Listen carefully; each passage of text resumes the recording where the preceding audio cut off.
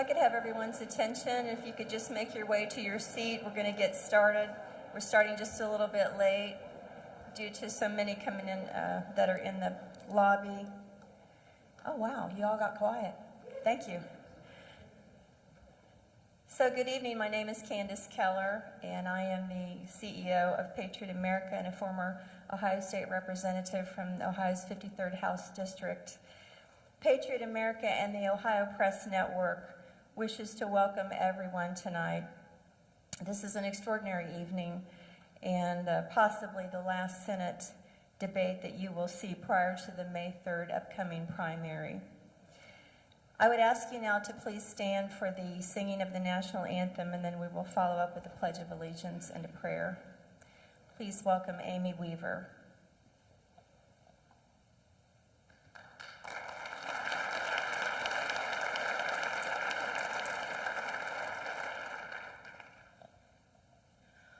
Oh, say, can you see by the dawn's early light what so proudly we hailed at the twilight's last gleaming, whose broad stripes and bright stars through the perilous night o'er the ramparts we watched were so gallantly streaming, and the rockets red glare,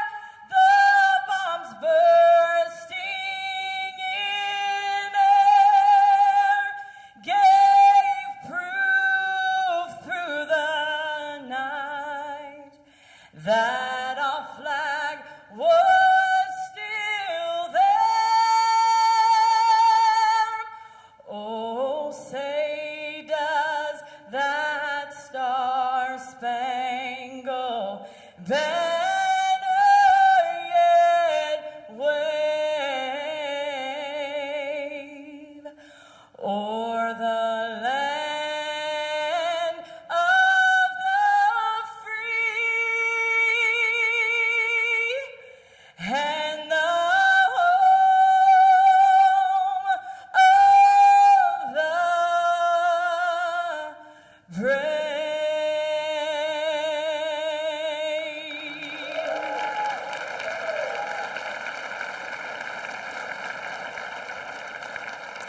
And just like we do at the State House, we're going to say the pledge.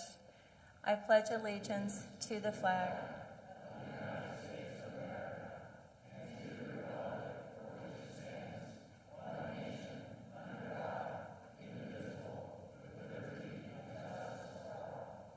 You may be seated. At this time, I'd like to ask Pastor Alex Mahaffey to pray over this evening's proceedings.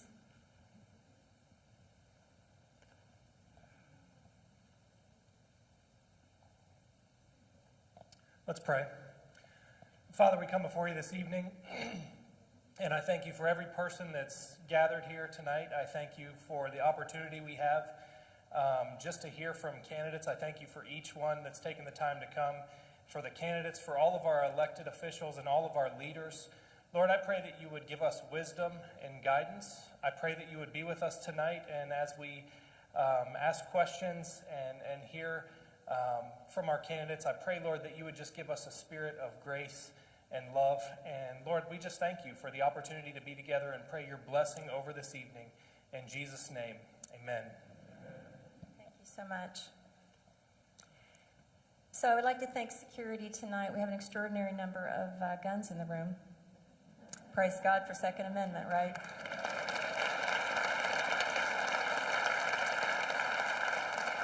And specifically to the Westchester Police Department for sending excellent security tonight.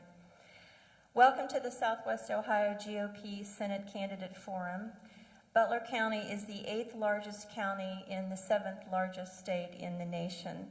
Nearly 400,000 people live in Butler County, and the Republican index here is right at 64%. This county has not gone for a Democrat president in nearly 60 years.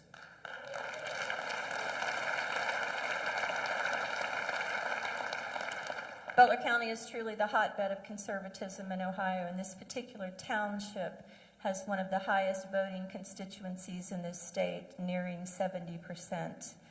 I want to remind you that the primary election is May the 3rd, 2022. The last day to register to vote in the primary is April 3rd, 2022. I want to thank the Westchester Nazarene Church and Pastor Alex, who lets us come in and make a big mess. Thank you so much, Pastor, for letting us come in. Also to Jordan Watkins, the Director of Technical Arts, and Steve Gill, the Facility Coordinator, who prepared us tonight to have this event.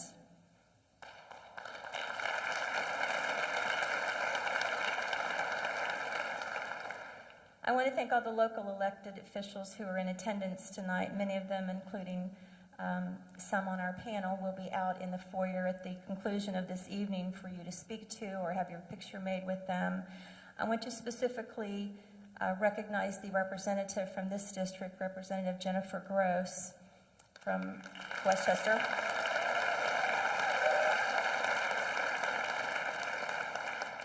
Jennifer, as you well know, has introduced the Medical Freedom Bill in Ohio, House Bill 248. She is the most courageous legislator that I know. The legislature needs to pass that bill and right away and sign the discharge petition and get that rolling. So thank you, Jennifer, for your extraordinary courage. Also, there are a number of candidates out in the foyer who are needing signatures to run. Remember, when you sign someone's petition, that doesn't necessarily mean you're going to vote for them. It just simply means that you are a constituent who is considering voting for them. But they need a number of signatures in order to run, and we want to help them do that. It takes a lot of courage to run for office. Our panel tonight is, we have an extraordinary number of people here, 7 members that are running for the U.S. Senate from Ohio, and I'm going to introduce them in alphabetical order, and as I do, I would ask them to come and take a seat. And they have extremely outrageous number of credentials, all of them, so I just have 1 or 2 sentences about each one, and of course you'll find out more about them as you watch them throughout the evening and make a decision about who you are going to support in this race. So first of all, Matt Dolan is, we're going in alphabetical order, is an attorney from Cleveland, Ohio, is a member of the Ohio State Senate, serving the 24th Senate District.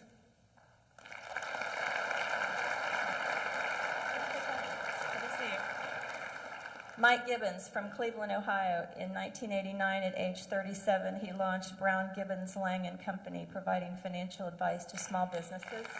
Thank you, Mike. Josh Mandel is a former Ohio State representative from Ohio's 17th House District. He also served as Ohio State Treasurer from 2011 to 2017. He is a Marine from Cleveland. Bernie Marino came to Cleveland, Ohio as a child with his mother and 5 brothers and sisters, built one of the most successful car dealerships in the United States, investing in his surrounding community.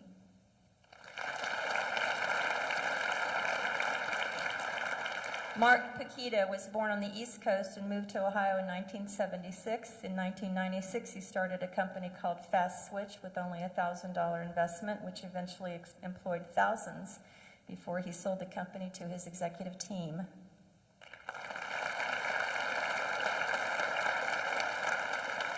Jane Timken is an attorney from Cincinnati, the first woman to serve as chair of the Ohio Republican Party, where she served from 2017 to 2021.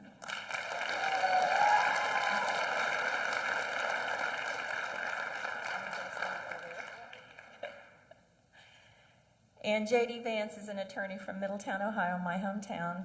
He is a Marine and author of the bestseller Hillbilly Elegy, a book about my hometown, a memoir of a family and culture in crisis.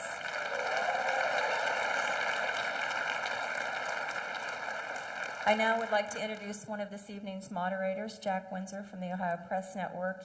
He is an independent investigative reporter, editor-in-chief of the Ohio Press Network, and State House correspondent for WHK AM 1420 in Cleveland. Jack is a regular guest on Ohio Talk radio programs, including the Mark Blazer Show and the Bill Cunningham Show on 700 WLW. He is best known for harassing Mike DeWine.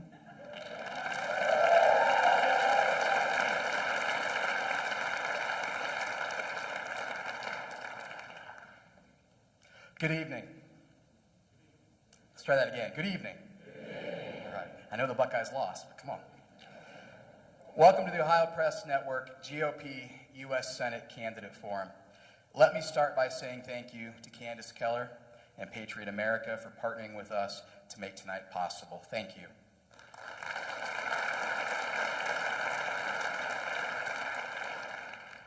I also want to say thank you, as Candace did, to the Westchester Police Department for ensuring our safety and security here this evening.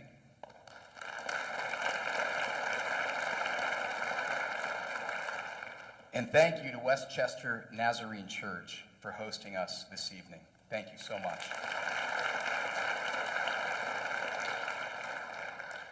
And thank you to each and every one of you. It's the Monday following Thanksgiving, and in this busy time of year, you can be in probably 100 different places. But a republic does not work without an informed and engaged citizenry. So thank you for investing time with us tonight. Give yourselves a hand.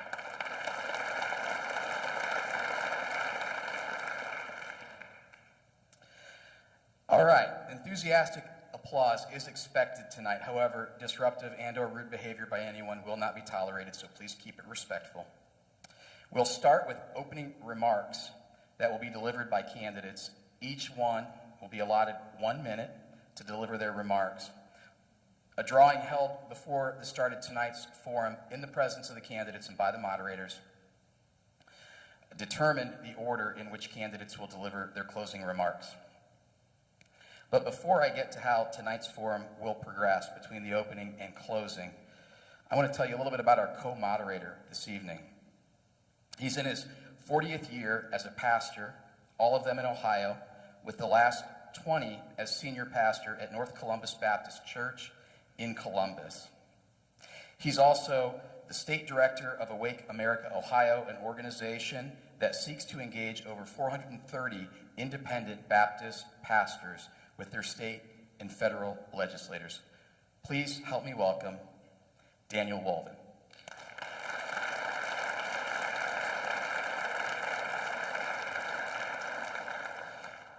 Mr. Wolven and I will ask at least 4 pre-selected questions to each of our candidates. Every candidate will have 90 seconds to answer. Second, 2 pre-selected audience questions will be asked, and each of the 7 candidates will address those questions, each given 1 minute to respond. Third, each candidate will be asked 1 question specific to that candidate, and will have up to 90 seconds to respond. Finally, each candidate will make a closing remark, and they'll have a minute to do that. Each of them and their staff, they are all invited to stay after and talk with you, but they are not required. Now, opening remarks will start with Mr. Dolan, followed by Mr. Gibbons, Mr. Mandel, Mr. Moreno, Mr. Paquita, Mrs. Timken, and Mr. Vance. So, Mr. Dolan, if you would please come to the podium.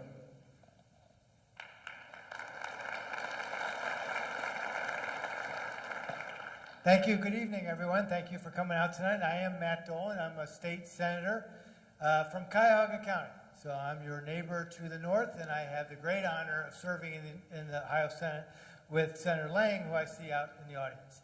So in addition to my 11 years in the public service, 31 years as a lawyer, and 22 years in the private sector, I know this race for the United States Senate needs to be about Ohio, because Ohioans want people to get back to work. Ohioans want to feel secure at their borders, secure in their neighborhoods. And Ohioans want to feel like they're in control again, that they have the ability to say what's in their best interest for themselves and for their kids. And guess what? I am the one person in this race who has the conservative record that is taking on the Biden agenda about what we're doing in Ohio, and I want to do the same in Washington. I've cut your taxes, I've reduced your regulations, abortion's gone down 40%, we've invested in the police. We have fought hard to make Ohio a great place to live. That same fighter will be me going to Washington. I look forward to answering your questions. Go to Dolan for Ohio for further information.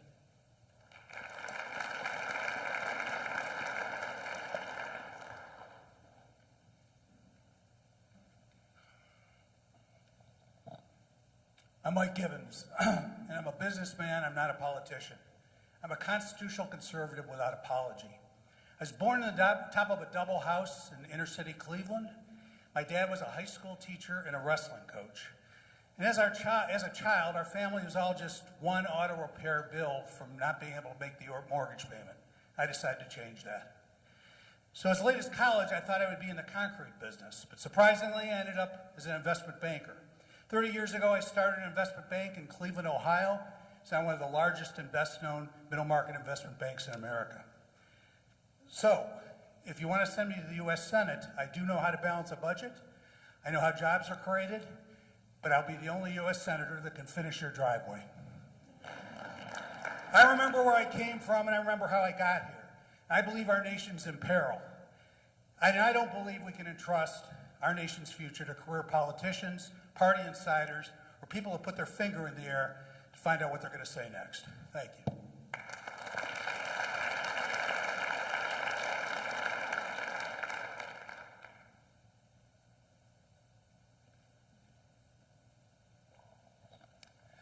Good evening. My name is Josh Mandel. When I was in the Marine Corps, we had this phrase, soup and sandwich. And we used it to describe people we came across in Iraq who were just weak and soft. You know, like when you dip a sandwich in soup, it's just sort of soggy. That's how a lot of the Republicans have become in Washington. Tonight you're going to hear from me and my opponents a lot about how horrible Biden and Pelosi and Schumer are for America.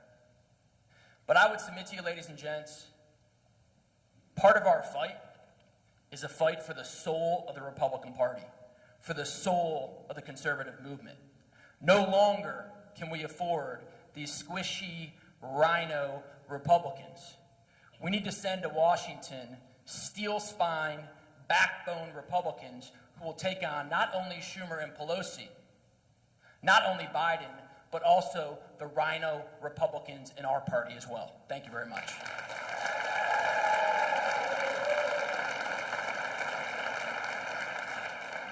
Well, thank you for coming out this evening. My name is Bernie Marino, and I want to let you know that I'm a very, very lucky person.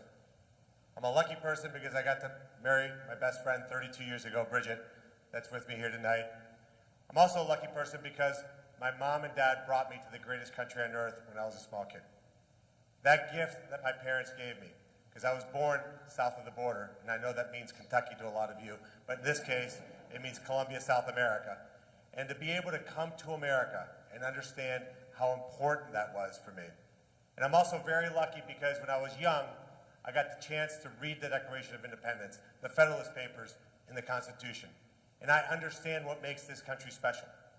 I'm also lucky because I took the opportunity that America gave me to build not only one company, but two completely unrelated ones. One company that took one dealership that sold 4 cars a month, turned into a business that sold 20,000 cars a year, and I just started a technology company. And I'm here because I know our nation is in peril, and I know we need people who are different than the kinds we normally send to D.C. So thank you very much.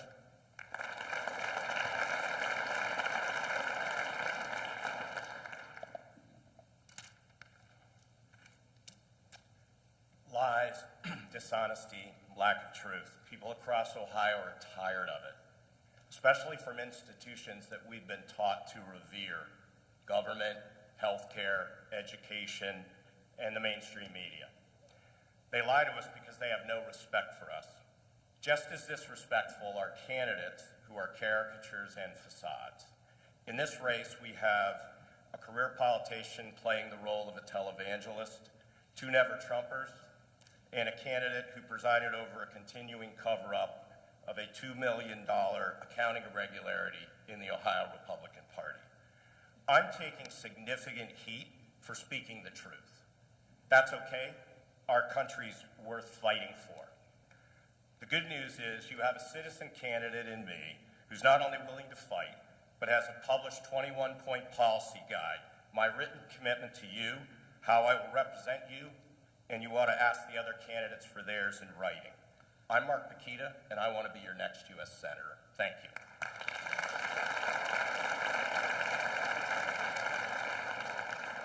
Good evening. Thank you all for being here. Thank you to the Ohio Press Network and for the Church of the Nazarene and for the Westchester Police. I'm Jane Timken, running to be your next United States Senator to fight for the America First agenda. I've been in the trenches fighting for our conservative cause, and I've been all across Ohio putting 150,000 miles on my car, looking and listening to Ohioans. And guess what? When John Kasich's corrupt hand-picked chair was in charge of the Republican Party and Donald Trump needed someone to stand up and take on the Kasich establishment, I did it. They told me you shouldn't do it, and the establishment was against me, and I did it anyways. I've been fighting for the America First agenda, and what is that? A secure border, less taxes, less regulation, a booming economy, investing in our military. It's time to stand up and fight back against the socialists. It's time we take our country back. It's time patriots like you stand up and fight back. It's Timken time. Join me, Jane Timken for Ohio.com. Thank you. Good evening, everybody. Thanks for being here. Thanks to the other candidates, and especially to our hosts, Jack, Candace, Stan. Thank you all. I'm especially nervous this evening because this is the first debate I've ever done where my wife is here. She's 36 weeks pregnant, and if I say something stupid, I won't just hear about it from all of you. I'll hear about it from the most important person here. So I gotta be on my game tonight. Look, my argument is simple. I think that we need people in our party, and we need to send somebody to Washington who's fighting not just against the bad policies of the government, but against the corporations who are enabling them. It is one thing to fight against Biden's vaccine mandates. It's another thing to fight against the multinational corporations that are forcing their employees to get the shot. It is one thing to push back against the censorship from big government. We've got to push back against censorship from the big technology firms as well. We cannot just ignore the fact that so much of what's gone wrong in this country, people afraid to get fired, our open borders, our terrible crime, drug epidemic, inflation, it's being caused by some of our biggest corporations in addition to the government. And unless we're willing as a party to fight back against both, we're going to lose our country, we're going to lose our fundamental liberties. Thank you. J.D. Vance. Thank you. We will now move on to the policy discussion Q&A. During the Q&A, candidates will pass a microphone, and more than one microphone will be live, so if you can grab the microphones in front of you. We do ask the candidates that you do not crosstalk or rebut each other, and we thank you in advance for your agreement on this. The first question, with a maximum time of 90 seconds to respond, and the question's probably longer than the response, but here it is. At the beginning of 2008, the Congressional Budget Office reported that the U.S. government's accumulated federal debt was $10 trillion. Today, the debt load is $28 trillion, with projections that the debt will pass $30 trillion in 2021. This is more than a 300% increase in debt over 13 years, equating to $86,000 per person living in America and over $225,000 per household. Both Republican and Democrat-controlled Congresses have utilized an array of tricks to continually kick the can down the road and ignore anything resembling fiscal accountability of taxpayers' money. These gimmicks have included continuing resolutions, reconciliation bills, and debt ceiling fear-mongering. For the public record, absent a catastrophic national crisis, will you, as our next U.S. Senator, pledge to Ohio taxpayers that you will demand and consistently vote for fiscal integrity in federal spending going forward? And if no, why not? Mr. Gibbons, Mr. Mandel, Mr. Moreno, Mr. Pakita, Mrs. Timken, Mr. Vance, and then Mr. Dolan. Mr. Gibbons, you're up. This country's broke, and neither party seems to understand that right now. I've been fortunate enough to get the endorsement of Rand Paul. I think he's the only one with a brain left in the Senate as far as the deficit goes. And I think he chose me because he understands that I'm also fiscally conservative and conservative to the core. We have a new economic theory that's being used called modern monetary theory. And it is their conviction that any spending can go on no matter how high the limit, as long as we're the world reserve currency. Well, we're not going to be the world reserve currency with the way China's going right now, and we are in big trouble. We can never pay this debt off. It's completely unsustainable the way it's going. But the reason that we're now seeing inflation, I think we'll continue to see inflation, is the only way we can get out of this is inflate our way out of it. And in inflating our way out of it, every one of us becomes a little less wealthy. And what we need is to shrink this government. I believe in small government. There are so many tentacles of the government that don't belong there, that were never called for by the Constitution. They have to be shut down. And I can tell you one of the first things I will do will be move to shut down the Department of Education, because it doesn't belong in this country. But we could go on forever. Thank you, Mr. Gibbons. Mr. Mandel. When I was state treasurer, isn't that working? There you go. When I was state treasurer, Kasich was governor. And Kasich was trying to keep the finances of the state of Ohio in the dark. He was trying to keep us as taxpayers in the dark. So I had this crazy idea to take the state of Ohio's checkbook and put it online. I said the taxpayers have a right to know how the tax money is being spent. We ended up putting online over $690 billion of state spending, everything from $2 for a pack of pencils to millions of dollars for road contracts and everything in between. Kasich went apoplectic. In addition, a lot of the Republican state reps and state senators in Columbus, they hated it as well. Because what I was doing was transferring the power from the politicians to the people. That's what I will do in Washington. Not only will we bring transparency to how every single penny is being spent, I will vote down the piece of legislation that you asked about, Jack, and on top of that, I will do everything I can to take on not just Democrats who are big spenders, but Republicans as well. Because what a lot of Republicans do is they sneak in these earmarks and they sneak in these goodies. A lot of them go to Washington to do good, but then they stay in Washington to do well. Do well for themselves, their family members, their lobbyist cronies. And as a budget hawk and fiscal conservative, I will be their worst nightmare. Mr. Moreno. So Jack, the exact answer to your question is, would we vote for any bill that would be fiscal integrity? The answer is absolutely yes. In fact, you shouldn't even be up here on a stage as a conservative. The answer to that question is no. So with that said, let me just say part of the problem, or a big part of the problem, is that these bills that are passed are incredibly large and complex. I happen to be on a plane this last few weeks for lots of flights, so I read the infrastructure law. It's 2,780 pages long. That's 3 times War and Peace, except that had an interesting story. That had a happy ending compared to this bill. Because let me tell you what it's done. For the first time in American history, this bill, that's now law, makes it so that it adds almost $300 billion to our debt. Don't take my word for it, because there's going to be other people who say that's not true.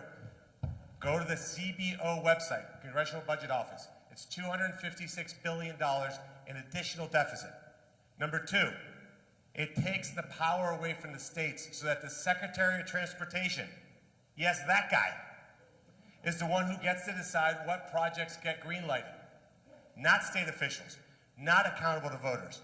This law will go down as the largest tax scheme disguised as a bribery scandal in American history. Mark my words.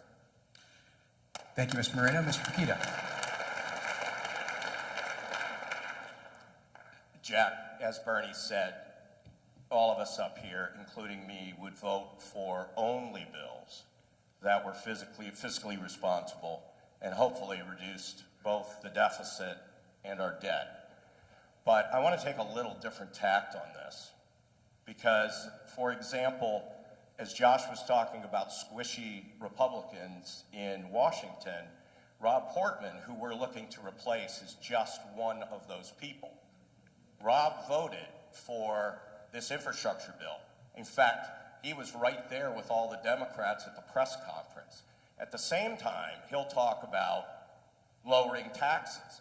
I don't know about you, but I figured this out probably in 3rd grade, right?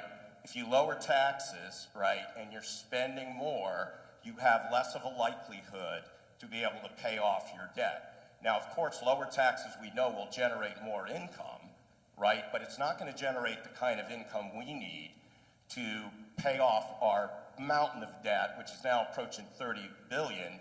And Bernie's right, trillion. And Bernie's right. If you look at the Green New Deal pieces of that bill, we're in dire straits right now, and we've got to get it corrected. You know, the Democrats are trying to monetize the debt, which means our 401ks turn into nothing because they want us to be more dependent on the government, not independent. So we've really got a lot of work to do. Thank you. Mrs. Timpkin. I'm going to stand up because I think it's a sign of respect, and also I'm the shortest person on the stage so people can see me. Look, I'm a fiscal conservative because I was raised that way. My mother was Scottish, and she always said to me, you've got to separate your needs from your wants. You know what's happening in Washington right now? They're spending like drunken sailors, and they're taking us on a path to socialism. It's by design. It's what the Democrats want. If you take a look at what's happened in 2021, if you add up the $1.9 trillion COVID relief bill, the infrastructure bill, and this Build Back Broke bill, we're on a path to spending $6 trillion, money we can't afford. It's money that all of you send to Washington, and you want someone who's going to stand up and fight for your hard-earned money to make sure it's spent wisely. That's going to be a priority of mine, because we've got to get our fiscal house in order or we won't have a country. I'm in this fight for our country, to stand up for all of you. I talked to someone today who said to me, they're spending so much money and they're taking all of my money. He had to take out a loan to pay his taxes, and now he's in further and further debt. That's got to stop, folks. The Democrats are going to raise your taxes. They're going to continue to spend on ridiculous things like $8 billion for a civilian climate corps that's part of this Build Back Better plan or Build Back Broke plan. That, you know what they're going to do? Send out people to ensure environmental justice. It sounds like a socialist plan to me, and we've got to stand up and fight back. And I will always remember my mom's words. Protect your dollars, and I'll protect yours. Thank you. Mr. Vance. So yes, I would absolutely support fiscal sanity and would not support any bills that went in the other direction. But the other side of this that we have to be honest with ourselves about is that we have both a spending problem from politicians in D.C. and we also have a broken economy. Think about what the trillions of dollars of debt really means. It means that basically all of us as a country borrow from Chinese peasants to then buy the cheap garbage that the Chinese peasants send back over here. How does that make any sense? You're going to have a fiscal problem in this country so long as we have a fake economy where we rely on countries that hate us to make our stuff. It's that simple. There is no way to get back to fiscal sanity unless we start making more of our own stuff here in the United States of America. We need to make American, sell American, produce American, and buy American to get back to real prosperity in this country. Now, the other thing is that Republicans were so, as a party, we are so dumb on this stuff. I mean, look, I mean our elites, I mean our Republican leaders. We gave the Democrats a bipartisan flag to wave around Washington, D.C. that they're going to use to spend more money. Now, what should we be doing? Right now, we have a Biden administration that's forcing a vaccine mandate down people's throats. At the same time, we have a debt limit coming up. Instead of giving them a bipartisan flag to wave, we should shut down the government until the vaccine mandate ends. We have got to stop playing this game where we keep on getting outplayed, and so long as we keep sending people to Washington to get outplayed by the Democrats, we're going to keep losing our country. Thank you. Mr. Dolan. I want to be your next U.S. Senator because I want the United States to be the strongest economically and militarily. And to be the strongest economically, we've got to do what every one of you does at home and what we do in the state government, and that is produce a budget and show America where we spend our money. And if you're talking about saving money, you better talk about 4 areas in the federal government: Medicaid, Medicare, Social Security, and the military. I want to have the strongest military in the world to stand up to our enemies, China and Russia. It doesn't mean the military is the most efficient with the use of their money, and it doesn't mean their money is going towards the most efficient and effective weapons to protect this country. But when it comes to Medicaid and Medicare, we do that here in Ohio. We operate it here. I'm the only one on this stage who knows how it works. And if we're going to get it done right, our money needs to come back to the states and let the states operate the most expensive systems we have in this government, where 78% of your tax dollars go. And that is in those two areas. And if we don't get those under control, all this other talk doesn't mean anything. That's where we are driving up our costs. You have to send people to Washington who know how things work and get them done. We produce budgets so we know where your money is being spent, and we return the money to you, because that's how the best use of money is, when it's in your pocket. Thank you. For this next question, Mr. Mandel will begin answering first, and we'll go right down the line like what we've been doing. The Federal Elections Commission requires all U.S. Senate candidates to file a financial disclosures report within 30 days of declaring their candidacy, or in May of the year declared, whichever is later. There's also a 90-day extension that can be filed with some fines. For all of the candidates, did you file your required disclosures report within the prescribed 30 days? If not, did you receive a 90-day extension? And if not, why? I did file it on time, and that's the question, right? That's the question. All right, I did. Do I have another minute and a half to, how do you want to do this? Song and dance. Let me talk about why we have these financial disclosure reports. I mentioned in my previous answer about how a lot of politicians go to Washington to do good and stay in Washington to do well. This is not a Democrat or Republican thing. This is a swamp thing. You saw this year, there's a Republican senator from North Carolina who got caught up in insider trading. He's retiring. Last year, you saw there was a Republican U.S. senator from the state of Georgia who got caught up in insider trading. Retired. And so I'm a strong, strong believer in shining bright lights on these politicians in Washington. Those are two Republicans I just mentioned. As we all know, Nancy Pelosi and a bunch of Democrats have gotten very rich in Washington. How do they go there on a $180,000 salary and become multi-gazillionaires? Listen, I'm not the most charismatic guy in the world. I'm not as smooth as some of the people up here. But I make this commitment to you. When I go to Washington, I'm not just going to drain the swamp. I am going to blow up the swamp. Thank you. Thank you, Mr. Mandel.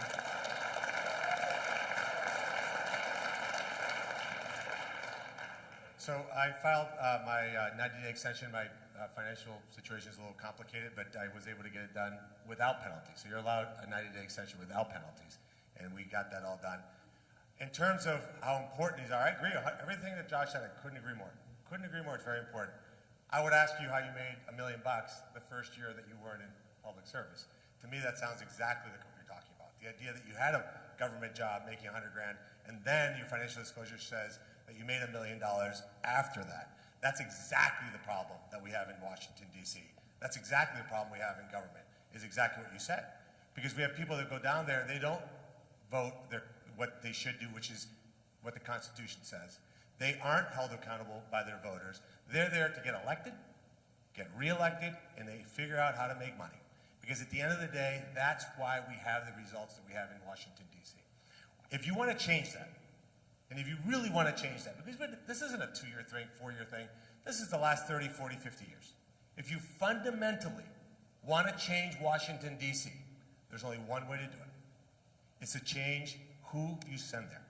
Are you sending people there that are going there so that they can make a ton of money, 10 times more than they made when they were a public servant? The only way to make it happen. I'm not doing this for wealth. I've lived my American dream. I'm doing this to serve the country that gave me the opportunity to build my wealth. Thank you.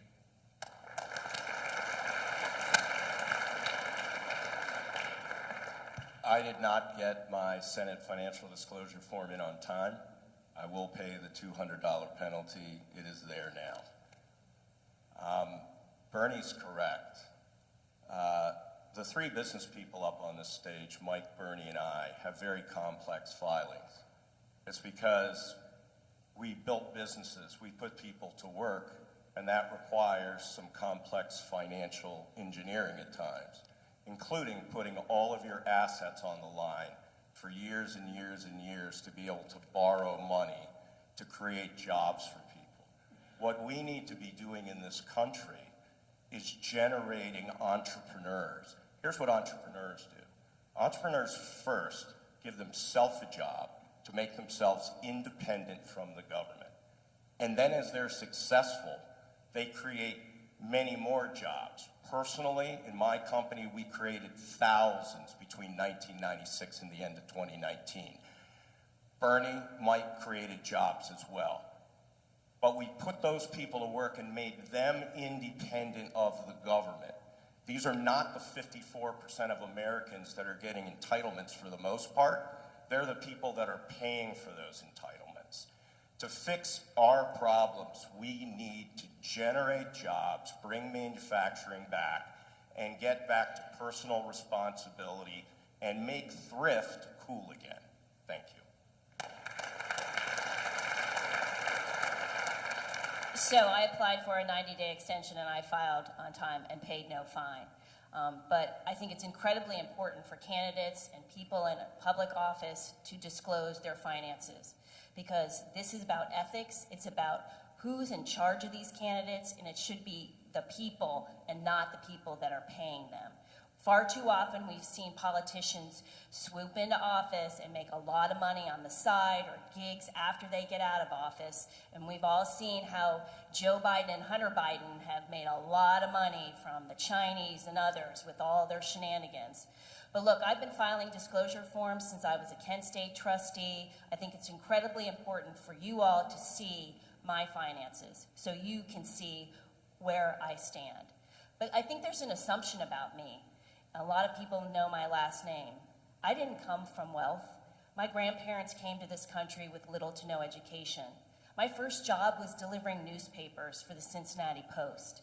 I worked at Baskin-Robbins. I cleaned dorms when I was at Harvard to pay my way through college. I know what it's like to struggle, but let me tell you something.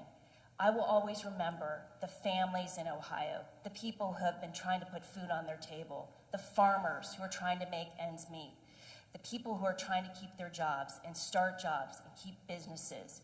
Those are the people I'm going to Washington, D.C. for, and I hope I have your vote, because you know why?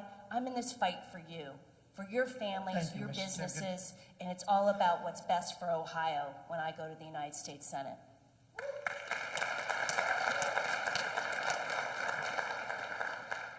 Yeah, so we had to file an extension, but we did get our report, and actually just a few days ago without having to pay any fee. It was funny because the liberal media has been obsessed with my financial disclosure. I mean, it's crazy. Every day we get a request about our finances. And so I had our team file the report on Wednesday night on Thanksgiving. I was like, if these scumbags are going to keep on asking for it, I might as well make them work for it the day before Thanksgiving. Just mess with the media a little bit. I would echo what other folks said. I mean, look, financial disclosure and openness is so important. People have no idea how unbelievably corrupt our system is, and I think I didn't even realize it until the last few years. There's this social media account that I follow called Nancy Pelosi Stock Picker, and I don't know if you guys are aware of it, but it's like Nancy Pelosi is the best stock picker in the whole world. She's better than anybody, the private sector, the public sector, and you wonder what's going on here. Why are they so good at picking stocks? It's because our government has been captured by our corporations, and it's because our corporations have been captured by our government. We do not have a free market economy anymore. We have an economy where the government and our biggest multinational corporations work in concert with each other and make it harder for all of us to live our dreams, to earn a good living, and to even speak our mind without censorship. That is what's going on, and it is why financial disclosure is so important. Thank you.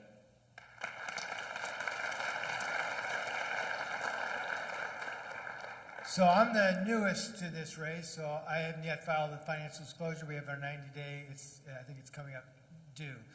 But I'm not new to financial disclosures. I've had a financial disclosure on record with the state since 2006, as we have to do it every 2 years in the state of Ohio. And I'm also not new to the ideas of what's going to make your finances better for living here in Ohio. And as I said in my earlier remarks, the best use of dollars for all of our finances is to make sure we return as many dollars to your pocket. And that's what we've done here in Ohio. Since I've been in the legislature, your income tax has been cut 48% over the time I've been in office. We recently just passed a significant capital gains tax cut. Why?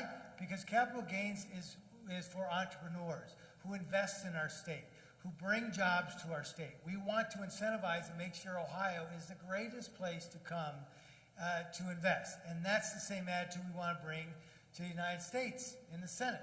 That I want to make the United States the greatest place to invest, to bring people here, to work, to hire people here, to spend their money here, and ultimately to return it to you. It's because when we are financially sound as Americans, we set the norm. We set the norm for the rest of the world.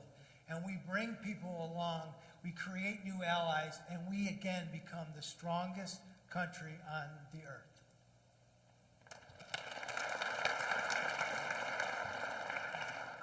I have filed my FEC report.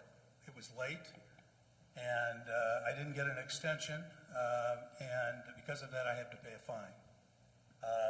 I figured accuracy was more important than turning something in. And I am going to be the subject of a number of probably very negative media reports because I've done pretty well. But I want to remind you of this. I started with nothing. I inherited nothing. And I would quickly tell you a story, and I'll tell you why I've done what I've done in my adult life. I was changed by my father. My father was a famous coach around Ohio. He was one of the top wrestling coaches, maybe in the Midwest. He was on the front cover of the Cleveland Plain Dealer, the Cleveland Press, virtually every day during wrestling season. My dad lost his second job. He always had two jobs when I was in college. And my mother called me at school, and she said, your dad lost his job. I came home at Christmas, and I asked my mom where my dad was. My mom gave me the address of a car wash. And I went out, and I saw my dad. As the car was coming out of the blower, he was wiping down a bumper. And he looked up at me, and I still remember the look on his face.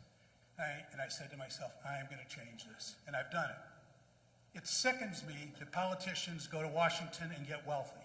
That will not happen. Thank you, Mr. Gibbons.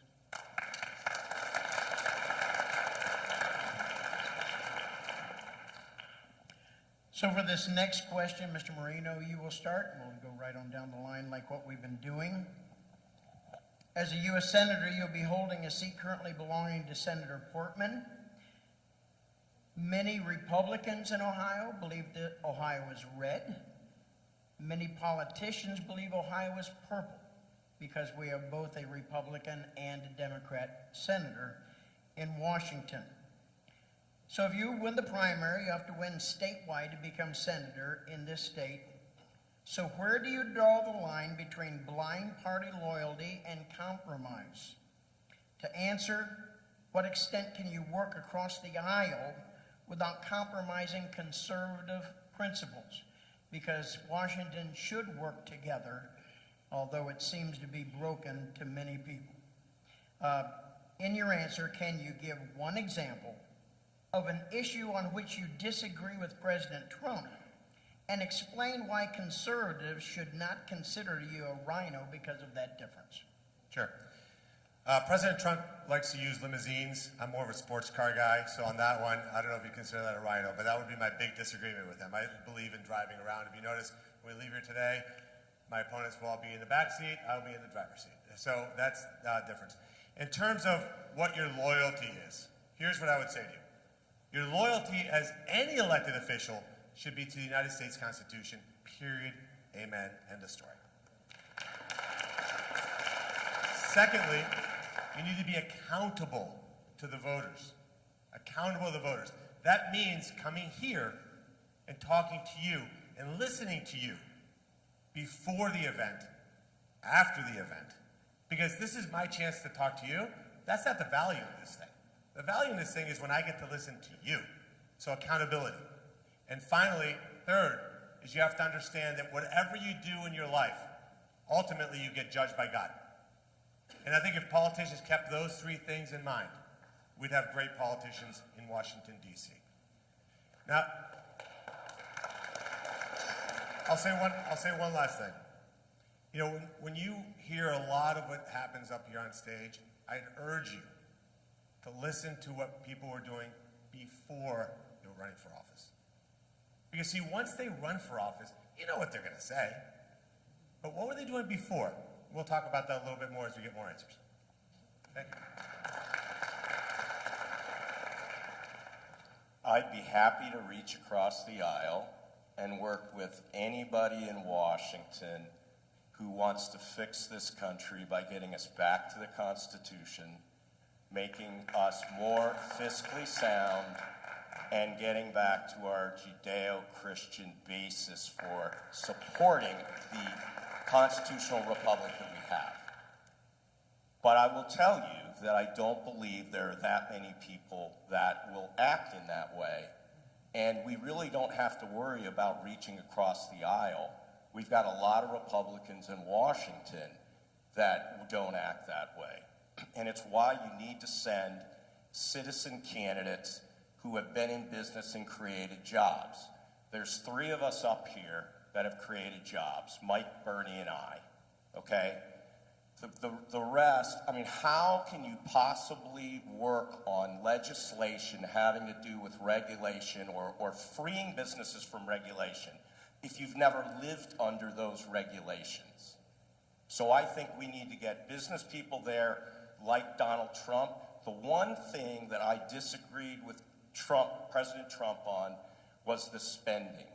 Now, he didn't have control over that so much as Congress did, but we absolutely have to get our spending house in order. We need to spend 10 times the effort talking about reducing spending that we talk about reducing taxes.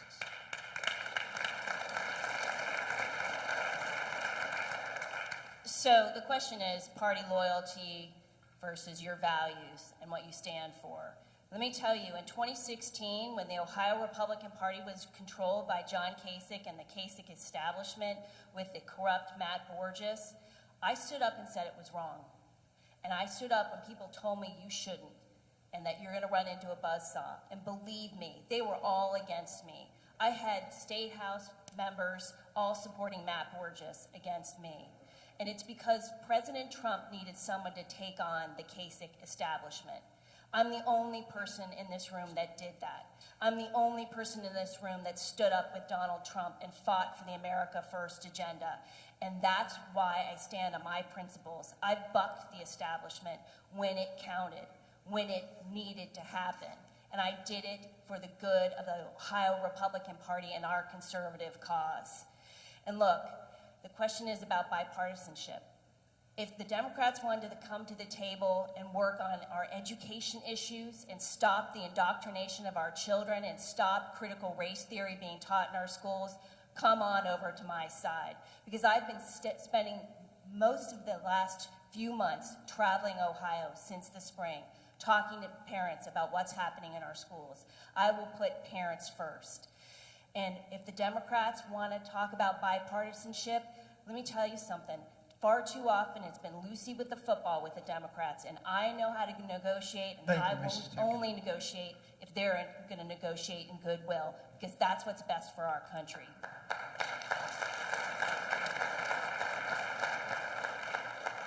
So I'm reminded of a joke a friend told me not too long ago, that in Washington we've got a stupid party and an evil party, and every now and then they get together and do something together that's stupid and evil, and they call it bipartisanship. Now, it's a little bit of a joke, but look, I mean, I'll absolutely work with anybody to get something done for the people of Ohio, because that's who I owe my first loyalty to, not to the party, to the people who sent me there and to the Constitution under which all of us live. And at the end of the day, look, there are some Democrats that have talked a big game, haven't done anything. Some Democrats who've talked a big game about breaking up the big technology companies. If I can work with a Democrat to break up the big technology companies, absolutely I'll do that. I'm a little skeptical they actually want to do it, but if they're willing to meet us halfway, absolutely we should do that because those companies are too powerful, they're too big. I'm sure there are other issues out there, assuming the Democrats are actually willing to work in good faith. I think something I disagree with, the last administration, the last Congress. I think one thing that we didn't do right as Republicans when we were in power the last few years is that we did not close this ridiculous criminal loophole that lets corrupt local prosecutors let violent felons out on low cash bail. This poor Christmas parade, these people marching in the Christmas parade, the guy who mowed those people down, the terrorist who killed those people, was let out on $1,000 cash bail. We should have done something about that when we were in power. When I'm senator, we will.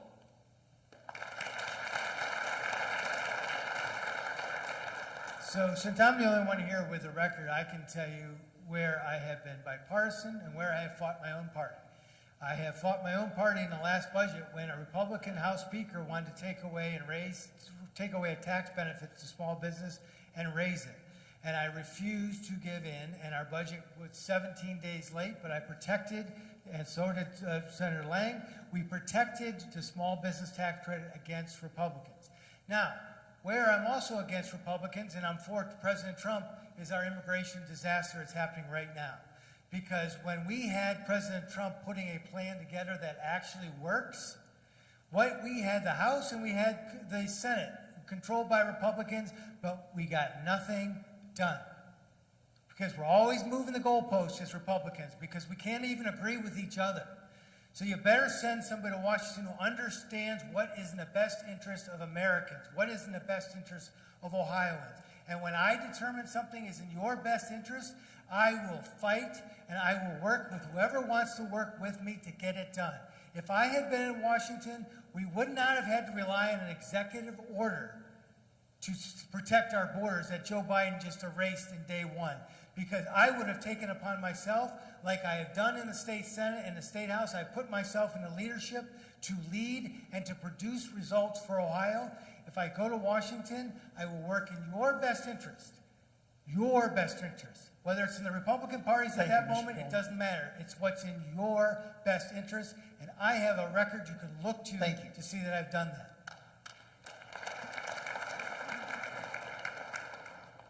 I've spent the last number of decades traveling around the world and doing transactions for corporations all over this world.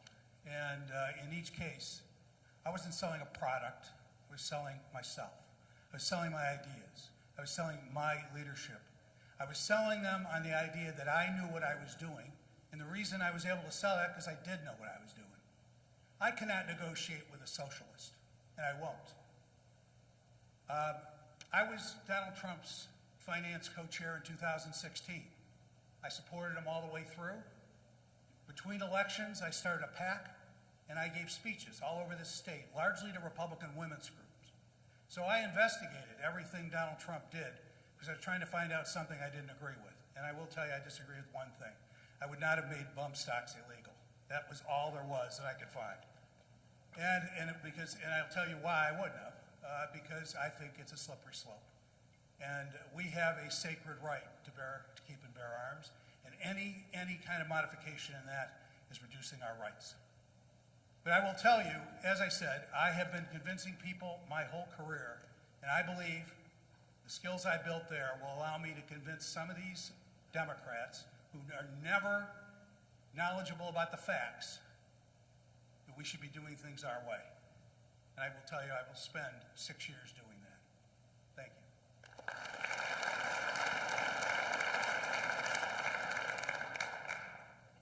I'm proud to say there is no daylight between me and President Trump and the Trump America First agenda. In fact, in 2016, when a lot of the people up on the stage were with John Kasich to the bitter end, when some of these people up on the stage with me were against Donald Trump when he was running against Hillary Clinton. Think about that for a second. I was the first statewide official in Ohio to support President Trump. Before it was cool. Let me say something to all of you that every time I say it, the media hates me more. Every time I say it, the people up on the stage with me roll their eyes, and I keep saying it louder and louder. I believe this election was stolen from Donald J. Trump.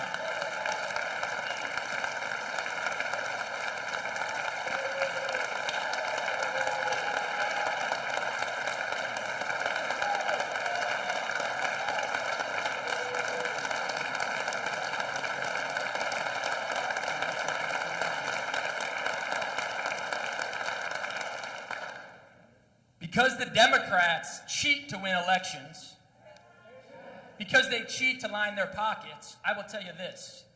Now is not the time for bipartisanship. Now is the time for fighters.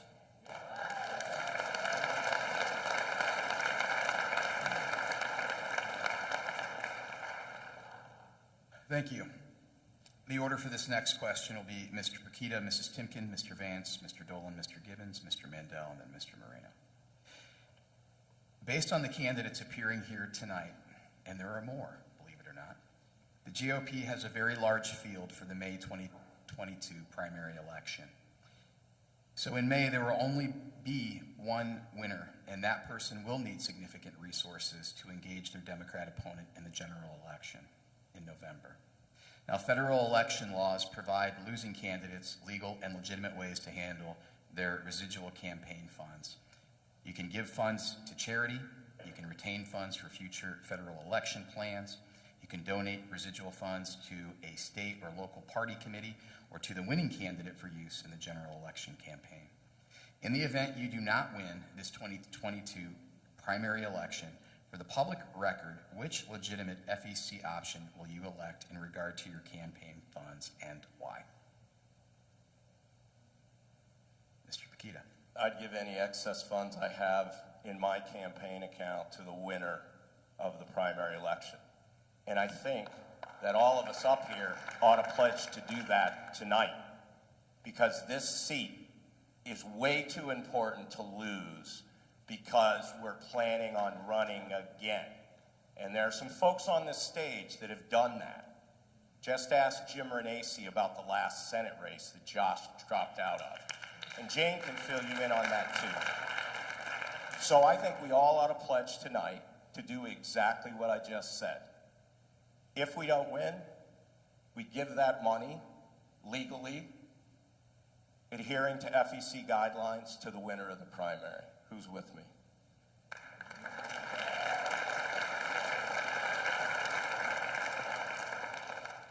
Well, I think I'm the only one on this stage that has the history of supporting Republican candidates, raising money for Republican candidates as the state party chair. And I've been in the trenches fighting for our conservative cause for the last 5 years.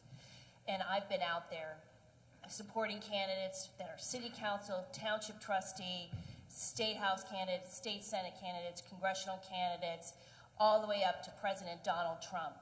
I'm the one that was fighting for President Trump in 2016 and 2020 and delivered Ohio for President Trump by more than 8.5 points. Now the question is about finances and your fundraising and what you're going to do. Look, I plan on winning this race, folks. I plan on being the nominee. So I welcome all of you to donate to my campaign.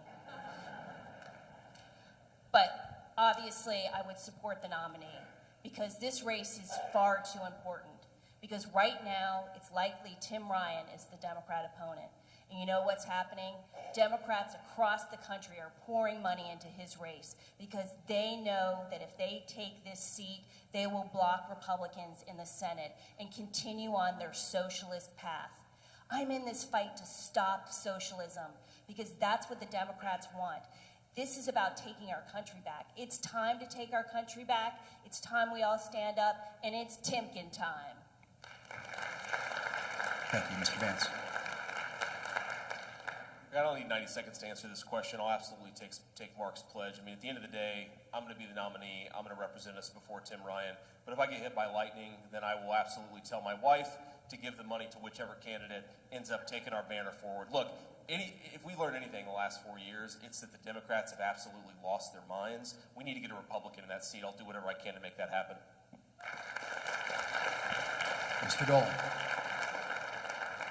Well, I'm sure everyone's heard the line, leave it all on the field. And since I've been involved in a lot of elections, this is my fourth Republican primary, by the way. I've won 3 of them leading up to this. You don't have a whole lot of money left in your campaign at the end of a campaign. My responsibility as those who invest in me is to make sure I spend the dollars efficiently and wisely to win this election. So whatever the FEC rules are, I'll hand it over. But my commitment to you is I'm going to run a strong, effective campaign and use your dollars wisely. Because why are we all here on a Monday night after a holiday when Christmas season is just upon us if it isn't about winning in November so we can govern as Republicans next January? So who has won on this stage? In my opening remark, I said I'm from Cuyahoga County. Representative, we don't have those numbers in Cuyahoga County, 65% Republican. You got to fight really hard to win in Cuyahoga County, and I have won. And I have been on the ballot with President Trump, and twice I have outperformed President Trump by 11,000 votes. You know what that means come November when we're trying to beat Tim Ryan? I can get Trump Republican votes, and I can get those all-important independent votes so that in January of 23, I am sitting in the majority U.S. Senate in Washington. Mr. Gibbons. Well, I too believe that I will win this race. We have a plan. We're executing on it. But I can tell you this, if something happens to me and I do get struck by lightning or hit by a train or something, my wife will help, who's sitting right there, Diane, thank you for being here, will be sending whatever the balance of the funds are at that point over to whoever the nominee is. And I believe that's important. You know, we keep hearing about how somebody, just one candidate, raised all this money for President Trump. You know, I raised millions of dollars for President Trump because I believed in him. I've raised millions of dollars for other candidates, Republican candidates, not my whole adult life, but at least the last 10 or 15 years. And you know what? I never got paid to do it. It wasn't my job. I did it because I care about this country. And, you know, if you want to give me a political job, I would take it. But if you want to give me a political job to be part of a party, to go out and raise money, that isn't necessarily a virtue, going out and raising money. That's your job.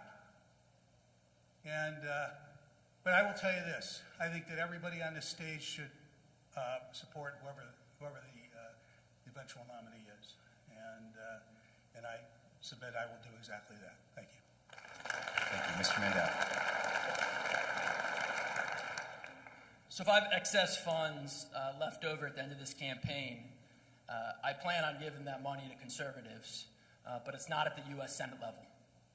I commit to all you out here, I will deploy all those funds to help elect conservative, anti-mask mandate, anti-critical race theory, anti-comprehensive sex education members to school boards throughout the entire state of Ohio.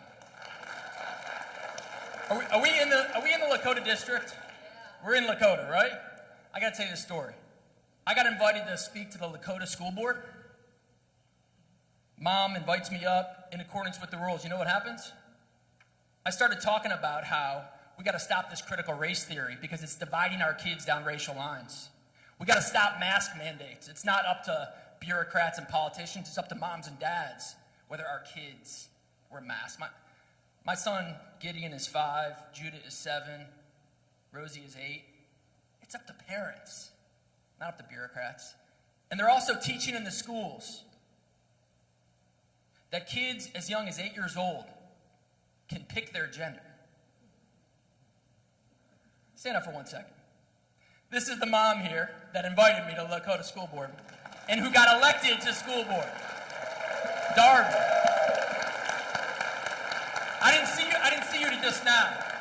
So I encourage all of you that while the U.S. Senate race is important, the more important race in this country are electing the right people to school board all across Ohio and all across America. Mr. Moreno. You know, when I was a kid, I used to play a lot of video games. You guys remember those? Pong, bing, bing, bing. And then when you weren't doing well, you hit reset, the game started over again. You guys remember that? Politicians are a lot like that.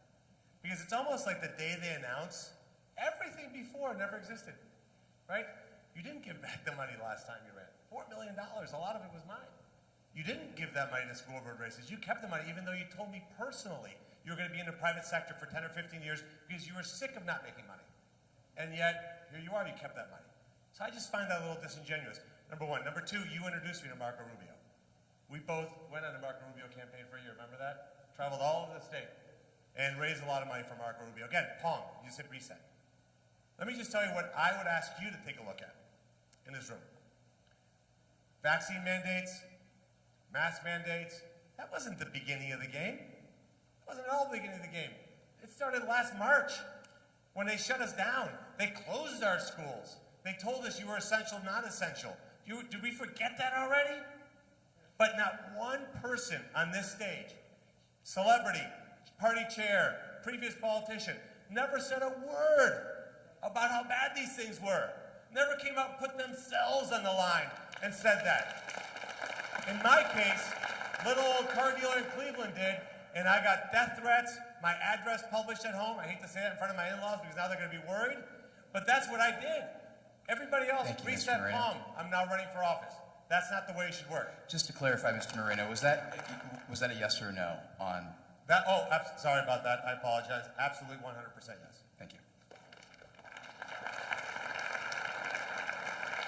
Now we will hear two pre-selected questions from the public. This question comes from Mr. Jim Renacci. Mr. Renacci asks, the Senate has become a place where 100 individuals go and get nothing done. Per govtrack.us, there are currently 10,793 bills and resolutions before Congress. Only 65 have been enacted this session. What makes you think you can make a difference?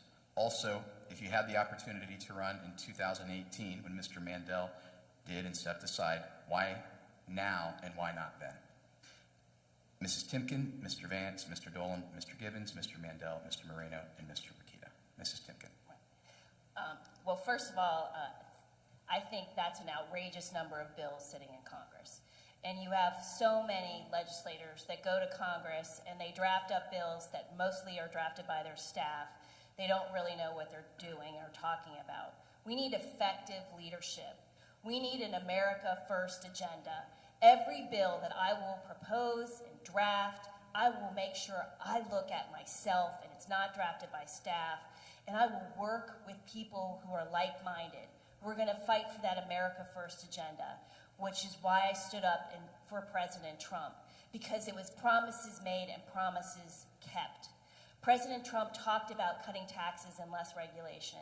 He did it. He talked about securing the border. He did it. He talked about investing in our military. He did it. Those are the things that I'm going to stand up for, and stand up for our freedoms and our country, and stand up to our enemies. Because right now we have China and Russia and Iran at our doorsteps. We need people who are going to stand up for this country. Thank you. Thank you. Mr. Vance. I think one of the reasons that Congress is so broken is because we send people there who don't know how to do the job, and they're controlled by the constant, never-ending bureaucracy. We talk about term limits, and I've supported term limits. We need term limits on the permanent bureaucracy in Washington, D.C., because the swamp is real. And when you send people to D.C. who don't know what they're doing, who don't even read the bills that they're passing, who controls D.C.? Not you, not them, but the permanent bureaucracy. Now, you talk about 2,700, 2,800 page bills. I mean, I believe that the average U.S. Senator reads those bills as much as I believe that Joe Biden stayed up past 7 p.m. tonight. Ain't happening. But the problem is that we have an entire system that rewards those who stay, who collect a paycheck, who maybe go and take a corporate lobbying gig. That is why Congress is so broken, and that's why we need real institutional reform. So not just you can send one senator. We need to reform the entire system so our country isn't broken and we actually solve problems. Mr. Dolan. All right, so I apologize. I don't want to sound like a broken record, but I'm going to break the record. One of the reasons you can send me to Washington, because I know the difference between a good bill and a bad bill. And I put myself in leadership. Why I'm running for this race is because when Portman announced he wasn't running, I had recently just got elected Senate, and I was putting myself in a position to be finance chair. So I spent the spring fighting for you, not campaigning, being the finance chair and cutting your taxes, reducing your regulations. By the way, regulations that mimicked what President Trump did in Washington, we did right here in Ohio. So I invested and got things done. I worked on things that matter. Now, when I took a tour, a listening tour around the state, I listened to what mattered to you. And what matters to you is what I opened with: jobs, security, ability for you to have control. So when I tell you, look at my record, when I tell you I'm going to Washington to work on those things. Thank you, Mr. Dolan. That's what I'm going to Washington to work on. Mr. Gibbons. Our founders had an idea that when somebody went to Washington, they would take the skills they've learned in the private sector, they'd take them to Washington, and they would use those skills to solve the problems of the government. We've fallen away from that. Those people were supposed to come home when they were done. Nobody comes home anymore. I will tell you, I vow that is exactly what I'm going to do. I'm going to take these skills that I built over a lot of years, I'm taking them to Washington, and I'm going to come home. And I'm going to find somebody who believes what I believe to run the next term. I have no interest in a new career. But I will tell you that the skills that I built over many years with some pretty formidable people, CEOs and CFOs all over the world, convincing them that my ideas were the right ones, are going to come in very handy trying to convince my fellow senators that the bill that I've offered is the right bill. I built these skills over a period of time. I'm going to use them, and I'm coming home. Thank you. Mr. Mandel. Well, like I think everyone up here have signed the term limits pledge, and just to echo what Mike said, even though the framers of the Constitution did not write term limits into the Constitution, I think they envisioned an America where business people and military men and others would go to Washington for a period of time and then come back home and live under the budget and the laws that they created. And one of the problems is, on the Democrat and Republican side, these guys go there forever, and they just stay there. And a lot of them actually literally move there, and they live in Virginia or Maryland or wherever in Washington. And I have no desire to do that. Jim's question is important because there's a relationship between government and the individual. When government is big, we as individuals are small. But when we can make government limited in size and scope, which will be one of my main missions in Washington, we can make people big. And that's my main mission going there, is try to make government small and we the people big. Thank you. Mr. Moreno.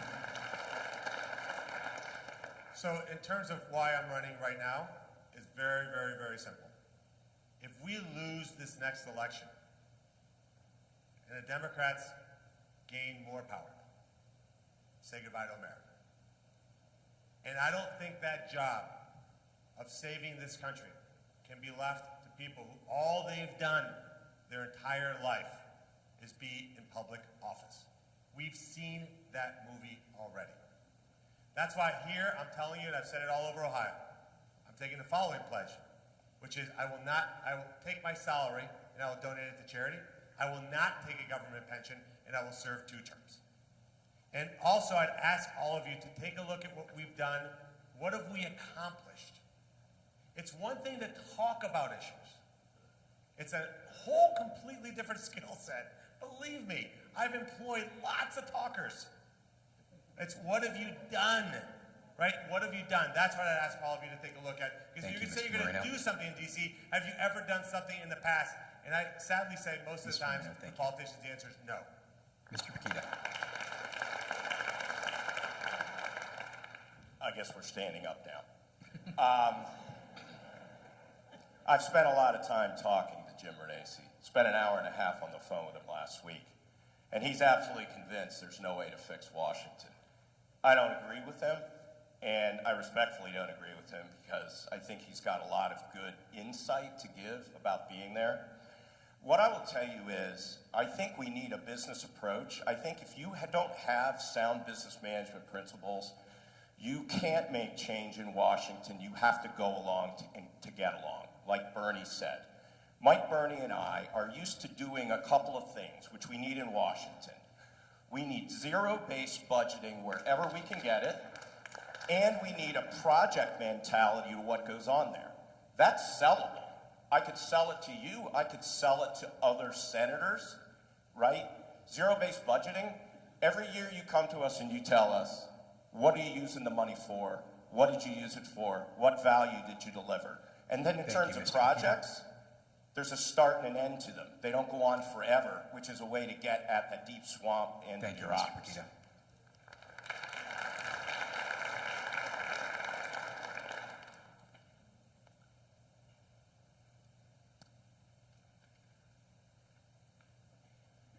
Over the past weekend, in anticipation of this event, I asked over 50 people in stores, barbershops, gas stations, restaurants, the same question without telling them why.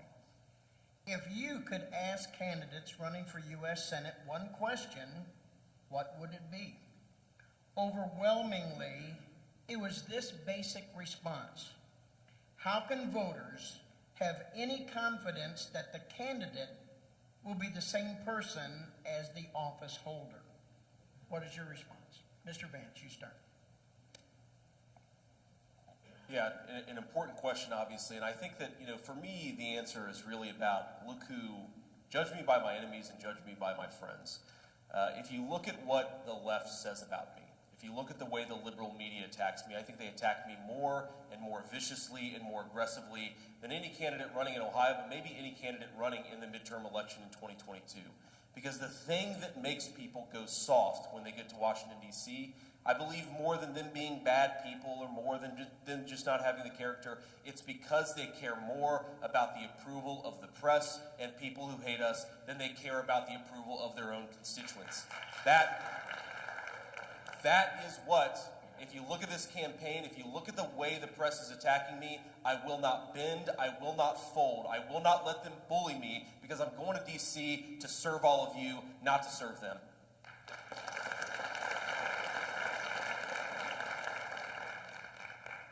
So I stand on this stage 31 years a lawyer, 22 years in business, Mark, and 11 years as a public servant. So I have a record that you can look at. I don't delete my tweets. I'm not afraid to answer any question. If you don't like the answer, at least you know where I stand. That has been my record throughout my legal career, even as a prosecutor, as representing business, as being in business, and being a public servant. I am direct, I am transparent, and I am an open book. And you may not like everything you've read about me, but you know it about me.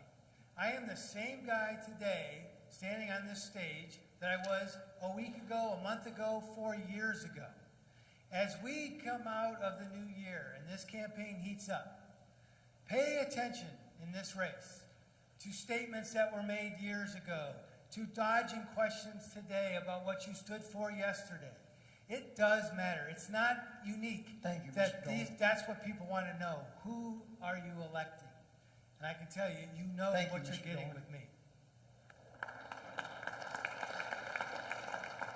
Well, I think I already mentioned the fact that I want to go to Washington and I want to tell the truth.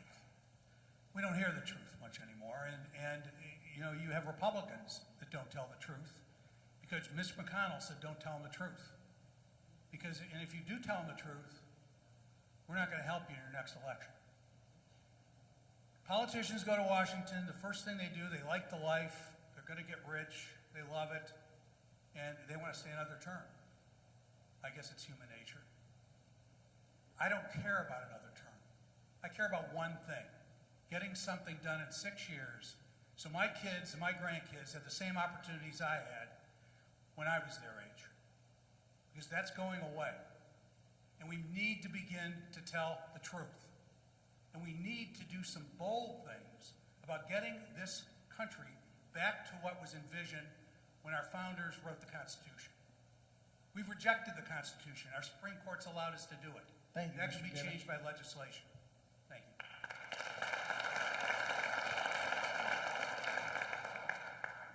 I think it all comes down to core values. My core values come from two places, from the Marine Corps and from the Bible. Core values in the Marine Corps that they hammer into you are honor, courage, and commitment.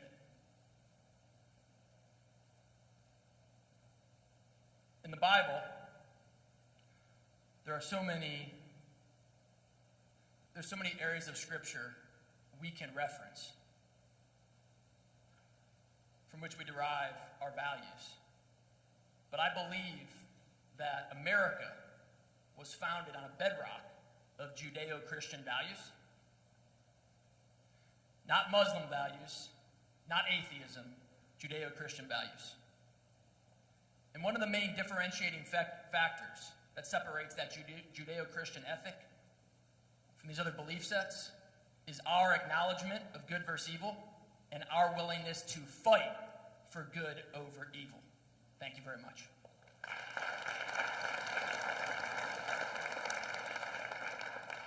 The reason I'm running is because of that question. Because I spent my entire life sitting out there listening to candidates like you're doing tonight. And I would say it really comes down to one word, really, isn't it? Which is betrayal. This idea that you go listen to candidates, they tell you everything you want to hear is beautiful. And then, lo and behold, 2 years go by, 3 years go by, 5 years go by, and none of the things that they said they would do, they actually accomplish. And they come back and they are so good, aren't they? At coming up with all the excuses. At the end of the day, take a look at what people have done. Where have they actually advocated for Ohio? Have you built your business in Ohio? Have you invested in companies in Ohio? Have you hired people in Ohio? Have you been a champion for Ohio? Have you actually put your money where your mouth is and actually done the things that you said you're going to do? That's your best test. I can tell you one thing, I will never, ever betray you. Thank you, Mr. Moreno.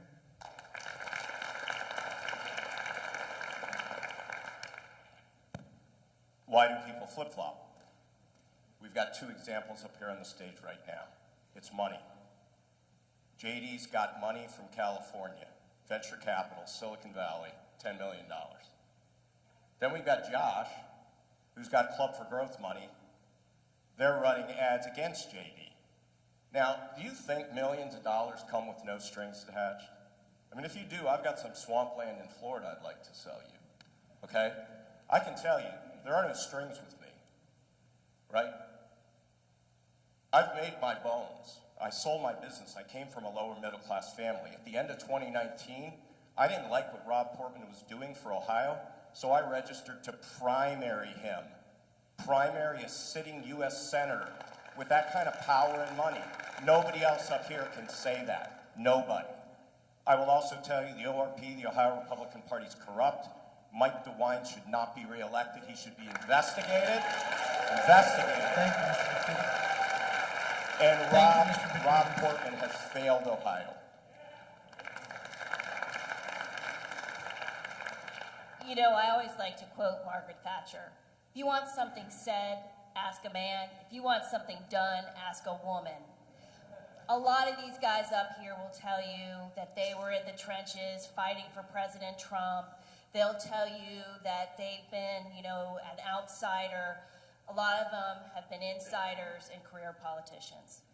I think many of you who know me in this room know me as Jane Timken. I don't change who I am who I am, and I will always be standing up for you. One of the reasons why I supported President Trump is because he said what he was going to do, and he did it. That's the model. That's what voters want. They want someone who says, I'm going to stand up for you, I'm going to fight to cut your taxes, I'm going to fight to secure the border, I'm going to fight to create jobs, I'm going to be in the trenches fighting for you. I have been in the trenches, fighting for the America First agenda, and that's what I'm going to do in the United States Senate.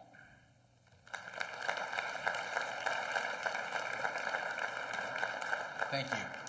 Each candidate will now be asked one question specific to the candidate with 90 seconds to answer.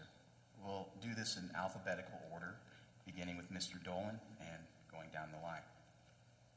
Mr. Dolan, at our Columbus Forum 3 weeks ago, you stated as a state legislator, you voted against the heartbeat bill because you believed it was unconstitutional. Under the U.S. Constitution, it is the job of the U.S. Senate member to create laws, while it is the federal court's job to determine the constitutionality of your legislation. Since 1980, the National GOP clearly states one of its core platform positions embraces the protection of preborn human life. As a Republican candidate, please explain or reconcile your heartbeat bill vote with your party affiliation, and can you please cite a specific provision or amendment that clearly indicates you're correct on this unconstitutional determination by you? Thank you. So I'm very proud of my pro-life record since I've been in the legislature. As I mentioned in my opening, abortion's gone down. I served in the House from 2006 to 2010 and the Senate from 2017 to today. Abortion's gone down 40% since I've been in the legislature because the issues that I've worked on and have passed have actually become law, have survived liberal challenges in the court, and have done exactly what we wanted to do, and that is to reduce abortions and ultimately eliminate abortions in Ohio. So when you whoever wins, since I'm the one that's done it, you're going to put your hand on the Bible and swear to the Constitution of the United States. So yeah, you could say we can let the courts just handle all of it. We think the Democrats then, why don't they just pass a bill that gets rid of the Second Amendment? And just say, well, we'll let the courts figure that one out. No, we have a responsibility to follow the Constitution, and we also have a responsibility to end abortion. Do you know in Ohio right now, we're at 20 weeks viability? And I'm not going to get all lawyerly on you, but this case is going to go back to the states because of viability. The Mississippi case that they're hearing tomorrow is 15 weeks. 15 weeks. If we can get this conservative court to realize that viability can come back to the states, here in Ohio, we can get rid of abortion. You've got to focus on issues that work. Thank you. Put the courts in a position that gets the ultimate results, and that is to end abortions in Ohio. Thank you, Mr. Dolan. So the Supreme Court will likely address whether all bans on abortion before a fetus can survive outside the womb are constitutional. In this case, it appears.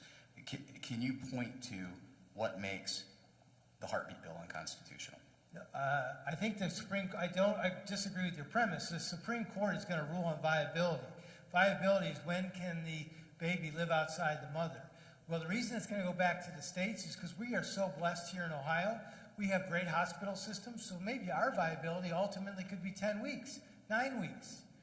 In other states, they don't have these great hospital systems, so maybe they can't be as early. The point is, once they get back to the states, then we're no longer have to look at viability. We can decide what do we want as a state. And that's how that's what my point is. That's how you get it back to. And when you have a case where there's no chance the court's ever going to rule on viability, you're not allowing the process to work to get us back to what we all want. And Thank that you, is Mr. no Dolan. more abortions. I appreciate you addressing that add-on question. Thank you.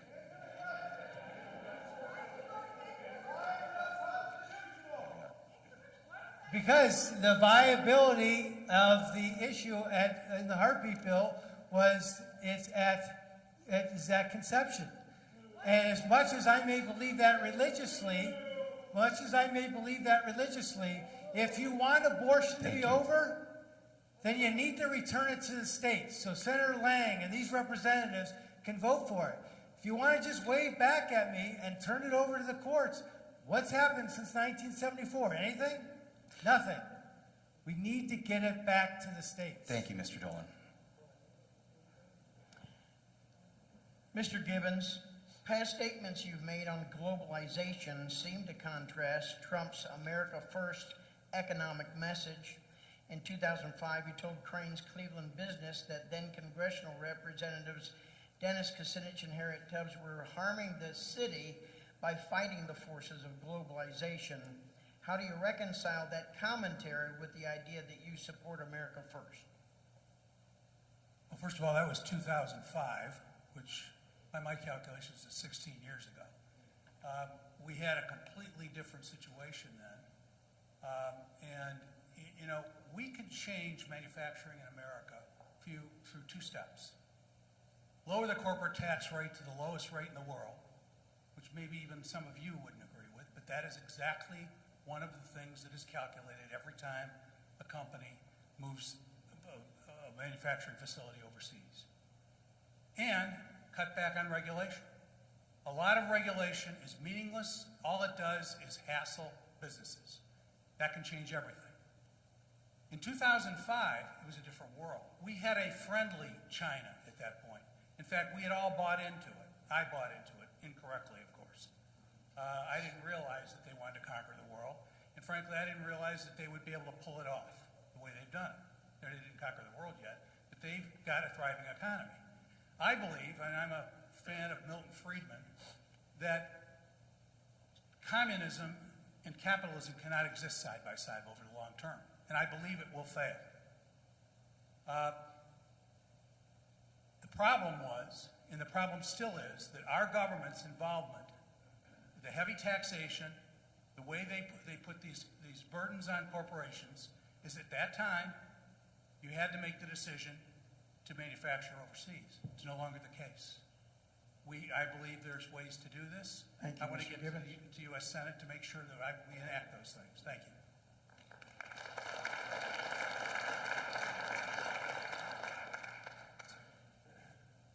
Mr. Mandel, you have chosen to avoid the established GOP campaign route and taken your campaign directly to grassroots voters in churches and community halls across Ohio.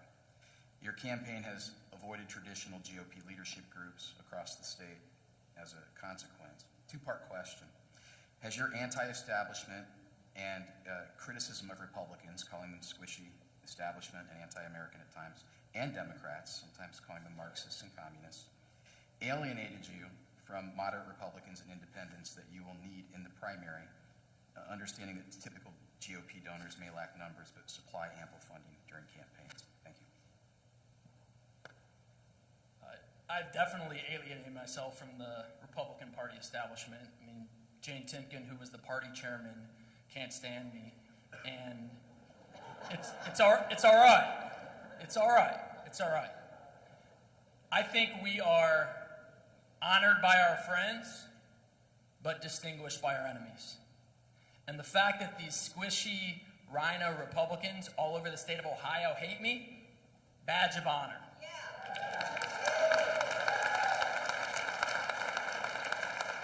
Now, I'm going to use the remainder of my time to take Mr. Dolan to task. He is fundamentally wrong. There is nothing unconstitutional about the heartbeat bill.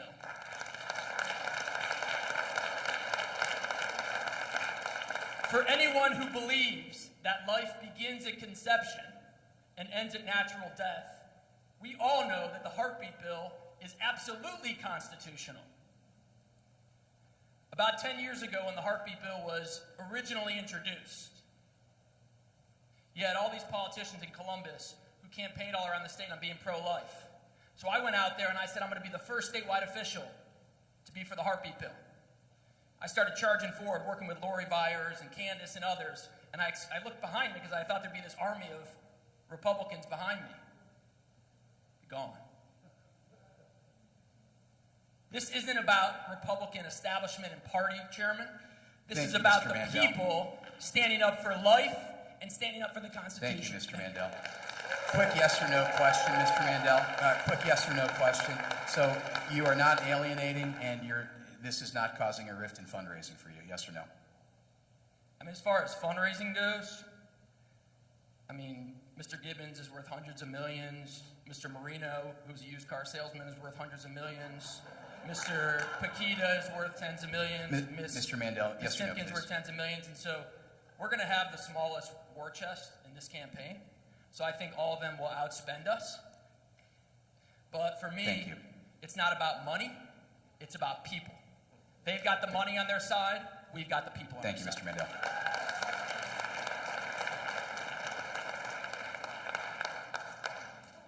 Mr. Moreno. Used car salesman, Mr. Marino, please. Pardon me, sir. I said used car salesman, Mr. Marino, please. Then I'll speak slowly. Just kidding. Thank you. At our Strongsville forum last week, you pushed back hard when one of your opponents claimed to be the only candidate that believed the 2020 election was stolen. You proclaimed that you believe the election was stolen and have said that every time, but a review of your November 2020 Twitter post says something different. After the November election, you publicly congratulated Biden and Harris on their hard-fought victory. You told conservative voters to accept the results, and on fraud, there was nowhere near enough to change the outcome. Can you reconcile for voters this comment on Twitter with your comment in Strongsville? Thank you. Sure. So this is a very important distinction. And first of all, the comment on Twitter was all of us, by the way, should want our president to succeed. I know it's hard thing to say, but we're all Americans. And if you want your president to fail, you want your country to fail. That's just, listen, I didn't like the result of the election, but I'm sorry. If you are rooting for our government to fail, I would question your loyalty as an American citizen. Because it's a hard thing to hear. Our loyalty to our Constitution or our loyalty to ourselves, right? So now, number one. Number two is, here's the deal. The election, in terms of fraud, that case is a lot more difficult to make than saying the case of being stolen. Nope. Give him a chance to so speak, let's please. define Thank what you. stolen means. Let's define what stolen means. We're rules, because the election was stolen, by the way, last summer, when the rules were changed in states. Example of like Nevada. Nevada, for the first time, voted absentee, and they prohibited in-person voting. But you know what didn't happen is we didn't have lawyers in Nevada fighting back and pushing back against those rule changes that were unconstitutional. And Pennsylvania, the exact same situation. And unfortunately, President Trump didn't have people around him that actually went out and fought in May, June, July, and August when it really mattered. Instead, we allowed the election to happen, Thank you, Mr. Marino. and that's when the election was stolen in my mind. So yes or no question as a follow-up. Was there enough corruption to fix the election? Yes or no? Well, there was enough rule changes that were not done that should have been done that would have changed the outcome of the election. And then on top of that, everybody should read Molly Hemingway's book. Okay, You know, thank you. the answer is yes. Thank you. Read Molly Hemingway's book. The other issue is were the big tech and media putting the thumbs on the scale for President Trump? Yes. Thank on you. that. Thank you for clarifying. I do appreciate that. Mr. Paquita, you claim you've been running a 2-year Senate campaign, longer than any of your stage mates this evening. Your critics claim you have garnered virtually no measurable voter support across Ohio. Questions for you. If the GOP base is looking for a candidate that can lead, motivate, and direct fellow senators in the right direction, do you believe your asymmetric fundraising approach and long-running strategy of consistent criticism, labeling, and questioning the faith of others will serve you well in the U.S. Senate representing Ohioans? Thank you. Thanks for the question. We did a survey this week. I'm not going to call it a poll. 56% of the voters we surveyed have not decided who they want to vote for in the Senate race. With 7 people in this race, you could win with between 20 and 25%, right? Maybe higher, maybe a little lower. In that survey, all but 3 people are polling within spitting distance of each other. And the 3 that were a little bit ahead are real close. Mike Gibbons, J.D. Vance, and Josh. There's a long way to go. And there's a lot of information that we need to be getting to you as candidates, right? We've got actors and facades. We've got people who are career politicians who've never created a job, who are running around like a televangelist. We've got 2 people who are never Trumpers. These people tell us who they are, yet we don't believe them. We believe the act. And then we're surprised when they get to D.C. and they stop acting and they show us who they really are. We have to pick different people to get a different result. Thank you, Mr. Pekita. Just to clarify then, your strategy up to this point, yes or no, can win you this election and can help you in the U.S. Senate? Can you repeat that last piece again, Your Jay? campaign strategy to this point can win this election for you, and it can bode well for you as a U.S. Senator. Yes or no? Well, I reject the premise of the question because strategy changes, right? So the strategy we've been using thus far is going to be different than the strategy we use going forward. Thank you. Thank you. Mrs. Timken, during the forum in Strongsville about a week and a half ago, you were asked why the Ohio Republican Party had not been audited in over 16 years, and you stated that an audit was performed early in your tenure as chair of the ORP. Critics of that comment claim the report you mentioned was from a firm called Right Side Consulting and may have dealt with Federal Election Commission and state election law compliance, but it was not an audit from a CPA firm. It appears that the ORP bylaws call for a CPA firm to audit the ORP financial statements every year. Since you were the chair of the ORP for about 4 years, can you confirm the claim that a financial audit by a CPA is required annually? And if so, can you point to a financial audit completed by a CPA firm? And if no audit was performed, then why not? Well, first of all, our bylaws require an audit, and it is not required by a CPA firm. The Ohio Republican Party and all political parties are not your typical organization.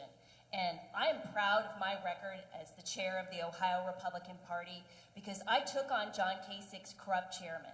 The day I walked in the door, we couldn't make payroll. We were in $900,000 in debt, and because of Matt Borges' leadership, we had to pay a $150,000 fine. I initiated that audit, and it was a specified audit that is for political parties, because you need to understand how political parties operate. And they delivered that audit to the State Central Committee and to me. We shared that with the State Central Committee, and we put in place the policies and procedures that changed the way the Ohio Republican Party was run. Because back in the days of Matt Borges, the CFO had her own stamp that she could write herself a check. No one was watching what was happening in the party. I'm standing up proud for my record because when we needed someone to stand up for President Trump, we needed someone to deliver results for Republicans up and down the ballot in 2017 and 2018 and 2019 and 2020 for President Trump. I'm the one that did it. And I'm the one that initiated the audit that's supposed to be going on right now. And I'm proud of my record. And those people who don't understand the Ohio Republican Party are just using these words to try to attack me.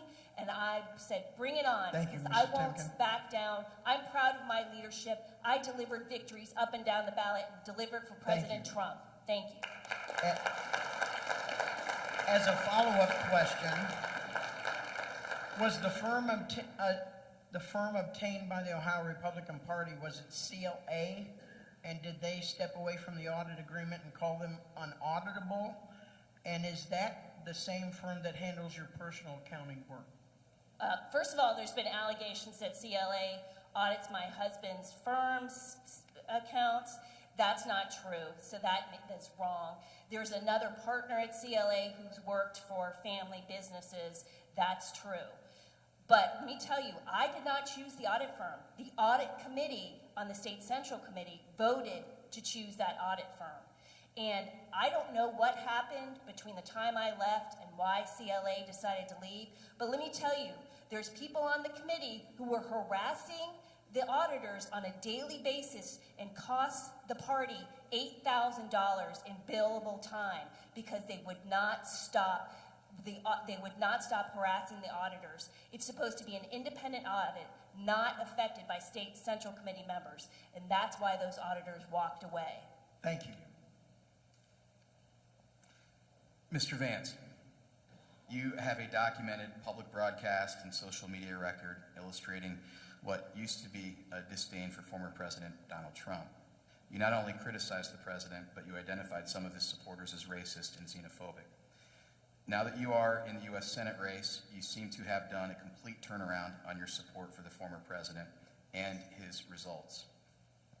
I want to give you a chance to put to rest your comments on racism and xenophobia What did you mean? Yeah, so look, this is an important question, and I can't hide from the fact that I was a critic of Trump. I changed my mind because I think he was a good president. I didn't just change my mind 3 weeks ago. I changed my mind very publicly several years ago and have defended the president and a lot of what he did. Now, this question of whether I called Trump's voters racist is one of the most ridiculous slanders I think that's been out there in this race. Because if you watch the interviews, what they will do is they'll parade somebody and say, hey, look at this ridiculous person, isn't he a racist? And I'll say, well, yeah, that person's a racist, but not most of Trump's voters. That's a ridiculous slander. I've got my family in this room right now. They voted for Trump both times.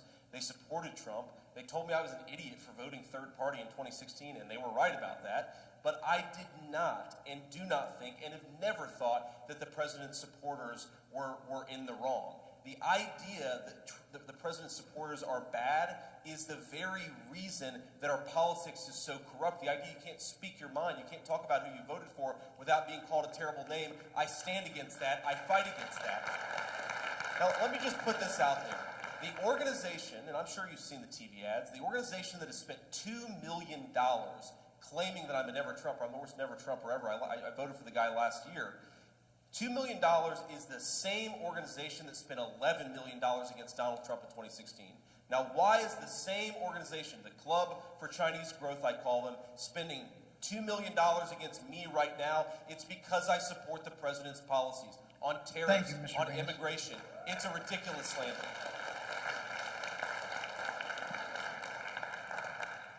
Well, as a co-moderator for these last 3 events, and I just want to mention again how grateful that I am in the willingness of all of these candidates to face and handle some very tough questions and to handle them with grace. The thinking was, I know Jack had said, the last question is going to be tough because if they can't speak to Republicans about tough things, how are they going to stand up to Pelosi and Schumer? So I think that each of them deserve a round of applause. I appreciate very much your willingness to do this. Thank you. That's a tough round. Dan, I couldn't have said that better. I do appreciate your grace and your willingness to answer tough questions. You've done well, and I think Ohioans deserve that, so thank you. Closing remarks, we'll start with Mr. Moreno.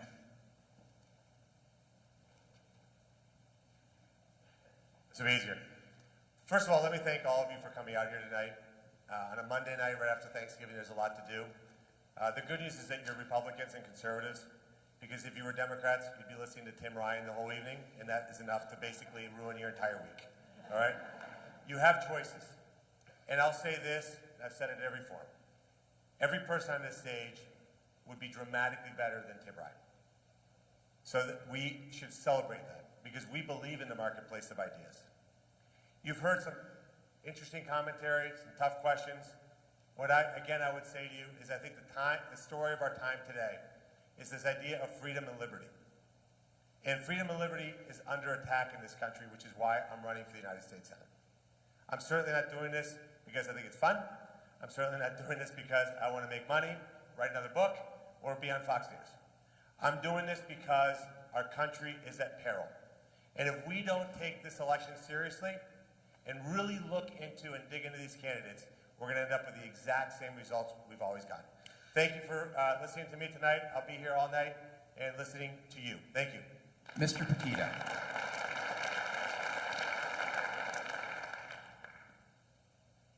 Thank you, Jack. As children, we practiced air raid drills, fearing the Russians would attack us with nuclear weapons. Does anybody remember that? In dark, windowless corridors, we sat cross-legged with our hands over our heads. Now we're asked to believe socialism and communism are good things. In a few years, our lives have been turned upside down. Whether it's socialism, fluid genders, pronouns, or critical race theory, we're being treated disrespectfully by every institution we were taught to revere. But I have some good news. God is not finished with us. He knows we are yet to live our finest hour. He wants us to build heaven on earth, or as close as we can get. President Trump ripped the Band-Aid off the festering wound of corruption in government. He let the genie out of the bottle, and it can't be put back in. Not only do I understand this, but with clear eyes and a focused mind, I have plans to fix this. I'm a citizen candidate who wants to go to Washington to drive change and to represent you. God bless you. God bless the United States of America. Mr. Vance.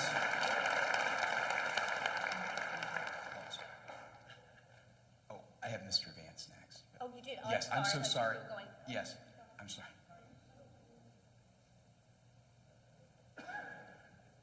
I have to take note of the fact that we're in a beautiful church adorned with Christmas decorations, and so I want to change a little bit what I meant to say because, you know, I was raised a Christian by some of the people in this room, and I lost my faith like a lot of people as a young adult, and I came back to it. And one of the people who was really influential to me returning to the Christian faith was a guy who once told me despair is a sin. I think about that a lot. Despair is a sin. Our country's not doing very well right now, ladies and gentlemen. Our country's not doing very well. It's being mismanaged. It's being misgoverned. But it is not for us in this moment to despair. It's for us to get in the fight and fix it. All of us, every single person here. There are nurses and truck drivers who are about to lose their job because they don't want to get a shot. There are people being censored. There are unborn babies who remain unprotected. It is the job of this party and this movement to protect them. That's why I'm running for U.S. Senate, and that's why I need your support. Thank you. Thank you, Mr. Vance. Mr. Goldman. During my career as a lawyer, I tried a case that was a week long. At the end of it, I won. The opposing counsel came over, shook my hand, and said, "You are the nicest, meanest guy I've ever dealt with." You know, when I was a lawyer, I represented the state as a prosecutor. The police trusted me to find justice. I've been representing businesses and individuals. They trusted me to work for them. My constituents in the 24th Senate District trust me to go to Columbus and fight for them. I'm asking you to trust me as they did to go to the United States Senate and fight for you. Because when we do that, I will bring a fight, I will bring a toughness, but I will do it in a way that makes Ohio proud, that makes all of us proud, and that we win. We don't just win at the ballot box, but we win for our country. And after all, I think all of our goals are to make sure that America is an exceptional country and is the greatest force of good in the world. We can get back to that. I ask for your trust. Matt Dolan for Senate. Thank you for coming out tonight, and Merry Christmas to all of you. Thank you. Mrs. Timken, thank you for your patience earlier. You're now up. Well, I want to thank everyone for coming out tonight. It's a privilege and an honor to run for the United States Senate to represent Ohio. Ohio deserves a fighter, someone who's been in the trenches fighting for the America First agenda, who knows what that means, who's been talking about President Trump's promises made and promises kept. It's about standing up for the unborn. It's about standing up for our freedoms and our constitutional rights against vaccine mandates and the overreach of government. It's about standing up to our foreign enemies and protecting our country. Look, folks, I'm a fighter. I'm a workhorse, not a show horse. You've got a choice. Lots of people on stage. Who's the doer? Who's the one that's actually going to get things done? I'm a former rugby player. I'm not afraid of the mud. I'm not afraid to tackle some Democrats. I'm ready to take this fight to the Washington, D.C., to stand up for Ohio. It's time we all stand up. It's Timken time. Thank you all. God bless you. Thank you. Mr. Gibbons.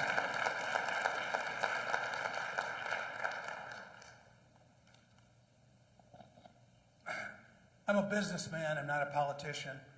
And unlike politicians, I've been consistent, and I tell it like it is. When I get to D.C., I will not owe anyone anything. I've achieved my American dream. And hopefully, you learned something about me tonight when you listen to the answers to my questions.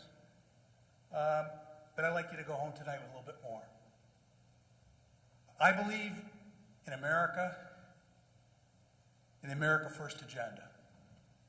I believe in the sanctity of human life and the right to keep and bear arms. I back the blue, and I believe in law and order.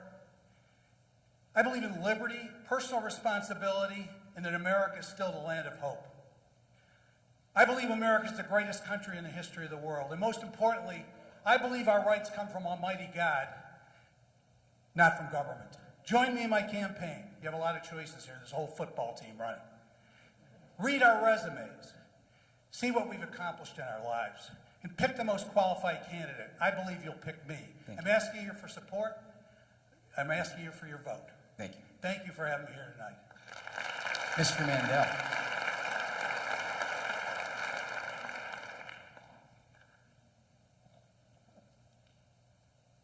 As I mentioned earlier, I believe there's a lot of important fights around us.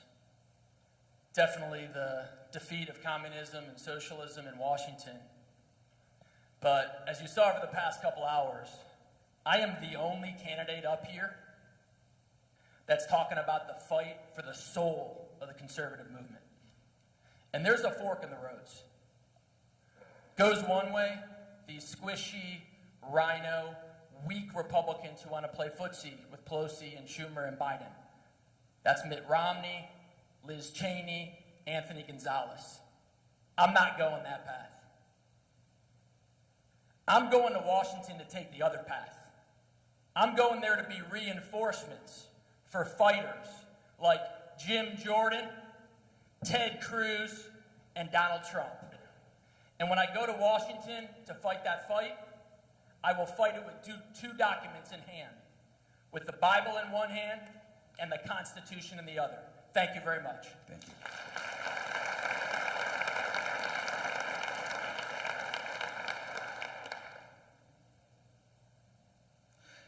Would all the candidates please stand? On behalf of the Ohio Press Network, thank you for investing time with us this evening, and Ohio voters, ladies and gentlemen, your candidates.